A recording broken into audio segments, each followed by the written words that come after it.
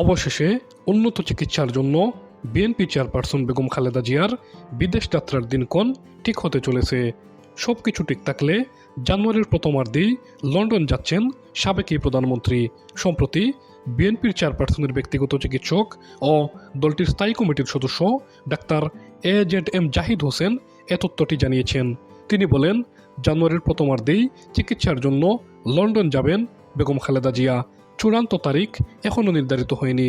বিএনপির দলীয় সূত্র বলছে, বেগম খালেদা জিয়ার সঙ্গে 7 জন চিকিৎসক সহ 15 সদস্যের একটি প্রতিনিধি দল যাবেন, যার মধ্যে রয়েছেন খালেদা জিয়ার প্রয়াত ছোট ছেলে আরাফাত রহমান কুকুর, স্ত্রী সৈয়দা শর্মিলা রহমান, বিএনপি চেয়ারপারসনের ব্যক্তিগত চিকিৎসক doctor AZM Zahid Hossain, doctor Mohammad Enamul Haque Chowdhury, Tabith Mohammad Awal, Fakhruddin Mohammad Siddique, Mohammad Shahabuddin Talukdar, Nuruddin Ahmed, Mohammad Zakir Iqbal, Mohammad Al Mamun, Sharifa করিম স্বর্ণা, চেয়ারপারসনের ব্যক্তিগত কর্মকর্তা ABM আব্দুল সাত্তার, মোহাম্মদ মাসুদুর রহমান, SM পারভেজ, ফাতেমা বেগম ও রূপা শিকদার।